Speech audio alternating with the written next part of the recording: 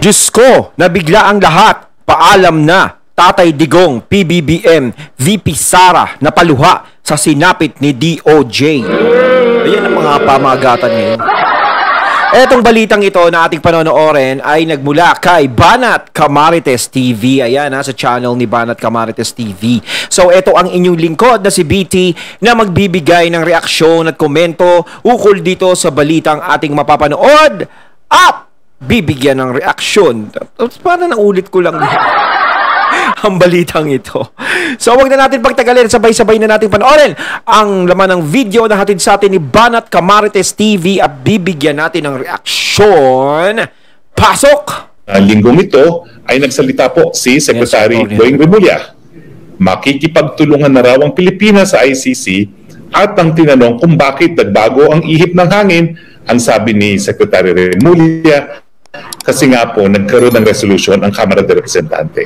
Parehong-pareho pong nangyari sa SMNI na bagamat walang bisa yung resolution ng Kamara kasi wala namang... Bayan, ang gulo nyo resolution din ng Senado. Ano ba talaga? Dahil pinasara nila ang SMNI, sumunod ang NTC.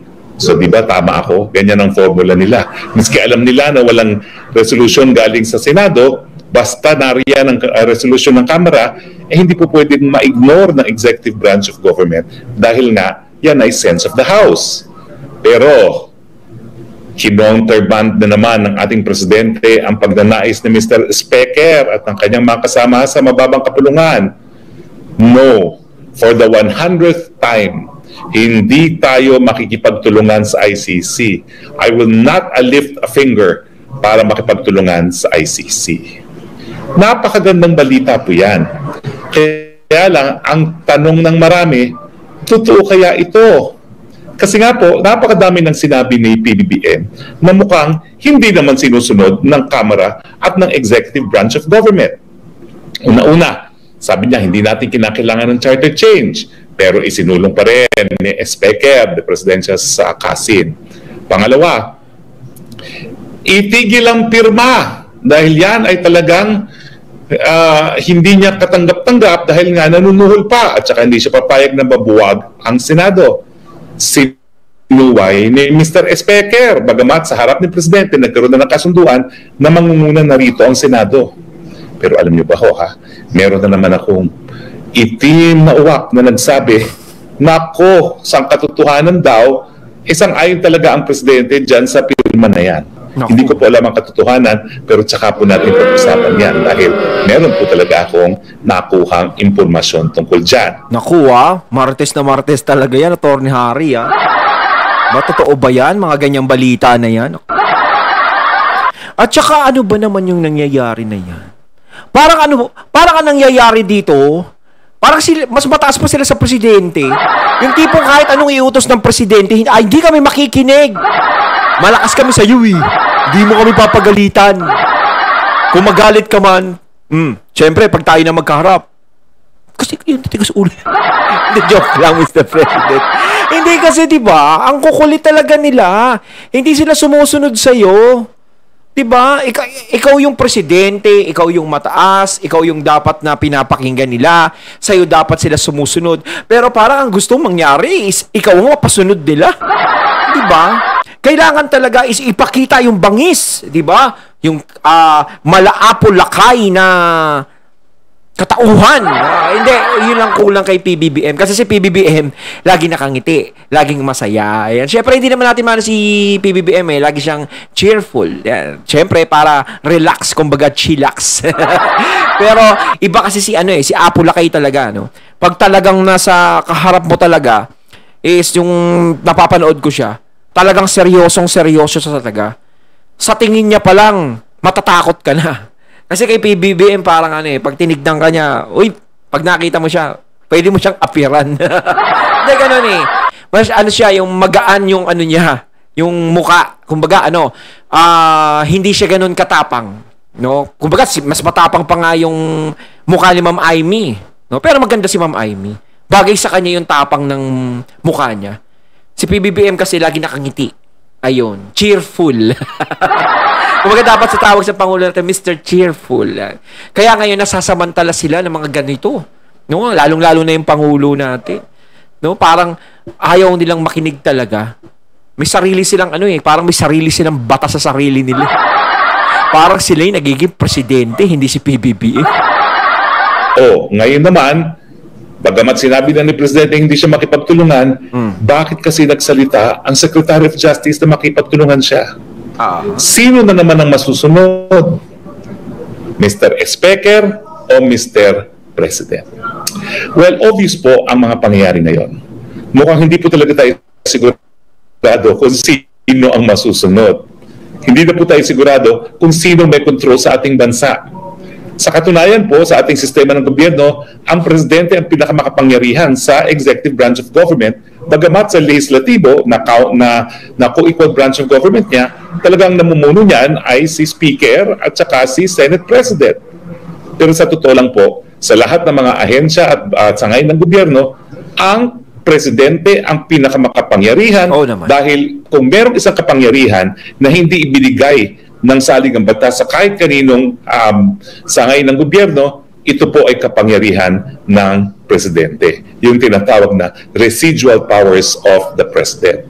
Pero ang problema po, bagamat ang presidente nga ang pinakamakapangyarihan dahil meron siyang residual powers, bagamat ang teorya ay co-equal branches of government, pagdating sa pagpapatupad ng batas, pagdating doon sa pagtutulungan para nga magkaroon ng jurisdiksyon ang isang dayuhang hukuman, ehekutibo talaga ang gagalaw dyan. Pero bakit nga ang ibang mga ehekutibo, bagamat walang bisa ang resolusyon ng Kamara, mukhang sumusunod sa Kamara? So kung kayo po ang dating Presidente Digong at si BP Sara na po pwedeng ma-issuehan ng warrant of arrest at kinakailangan ng pagtutulungan ng gobyerno sa pag-aaresto sa kanila, ano pong mararamdaman nyo sa sinabi ni Presidente sa kabila ng katotohanan na hindi naman nasusunod of late ang mga nagsasabi ng Presidente? Kung tutusin, kulang sa kastigo, no? Kulang sa sa tapang. Kasi kapag nakikita nilang hindi ka matapang, parang kaya-kaya natin to. No, hindi sila titigil sa gusto nila. Wala silang takot. Pero kung ipapakita ng presidente natin yung tapang, yung takot, malaapolakay na tactics, 'di ba? Tignan mo, nervyusin yang mga 'yan. Kasi dapat ang presidente ang masusunod sa lahat ng mga desisyon. Nagdesisyon na siya. Kumbaga nagsalita na siya, final is final. Hindi tayo makikipagtulungan sa ICC. Yang pirmahan na 'yan, ipatigil 'yan. Ayoko niyan dahil naging senador din ako. Parang ganun yun. Pero, hindi nila yun pinapakinggan. Parang sila pa rin yung mas malakas sa presidente. Presidente yan eh. Kasi parang nababastos yung desisyon ng presidente kapag ganun. Diba? Parang, pag hindi mo pinapakinggan, halimbawa, estudyante ka, tapos si PBBM yung teacher, hindi ka nakikinig sa kanya. O, diba? Ano magiging tingin nyo ngayon doon? Di ba bastos yung estudyante? Nagsasalita ka tapos siya din salita ng salita. Ganun yun. Tapatan po. Talagang naging matindi po ang tensyon sa panig ng Duterte at ng Marcos dahil nga po dito sa issue ng ICC. Nabalita ko na po sa inyo na talagang nagkaroon po ng pagbabago ng ihip ng hangin. Ang impormasyon ko po, si Presidente mismo, yung sinabi niya na pag-aaralan ng pagbabalik sa ICC kasi nga may nagmarites sa kanya na nagdi-stop daw si dating Presidente Duterte. Ang aking panindigan, hindi po totoo yan. Bakit naman susuporta ang dating Presidente Duterte sa D-stop na magiging dahilan na mawala rin naman dato ang sarili niyang anak na si Vice President Sara Duterte? At ang sabi nga niya, pag nagkaroon ng destabilization at pumasok ang military, gagawin lang nilang palamuti ang Vice President kung siya ang gagawing symbolic head of government. Kaya ang sabi niya, sasabihin niya pag mangyari yan si VP Sara, huwag kang tatanggap dahil gagawin ka lang puppet ng militar.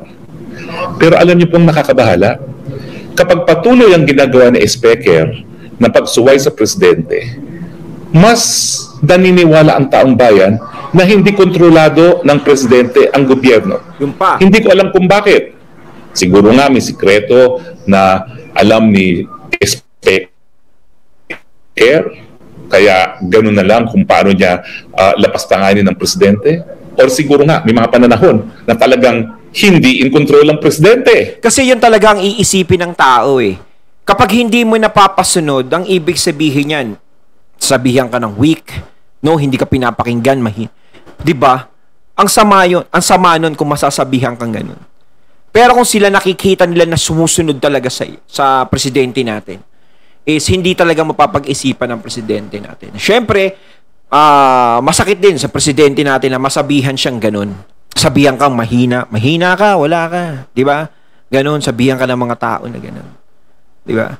Pero dapat ipakita din ni PBBM na kaya niyang dalin ang kanyang administrasyon. Kaya niyang siya ang mismong mamuno, siya ang magdesisyon.